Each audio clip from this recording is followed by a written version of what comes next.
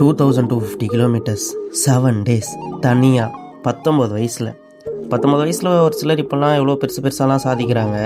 ஆனால் சொந்தமாக வேலைக்கு போய் காசு சேர்த்து வச்சு வண்டி வாங்கி ட்ரிப்புக்கு தேவையான கியர்ஸ்லாம் ஓரளவுக்கு ரெடி பண்ணிவிட்டு ட்ரிப்புக்கு அமௌண்ட்டை ரெடி பண்ணிவிட்டு சொந்த காசுலேயே போனேன் நான்.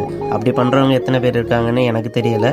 அண்ட் நான் பேரண்ட்ஸ் மணியில் ட்ராவல் பண்ணுறவங்கள தப்புலாம் சொல்ல மாட்டேன். உங்களால் முடியுது, நீங்கள் பெருசாக போகிறீங்க பண்ணுறீங்க. ஏதோ என்னால் முடிஞ்ச ரைடை ட்ரிப்பை நான் ஆர்கனைஸ் பண்ணுறேன், போயிட்டு வந்துட்டுருக்கேன். என்னை பொறுத்த வரைக்கும் நான் பண்ணுறது எனக்கு சாதனை தான்.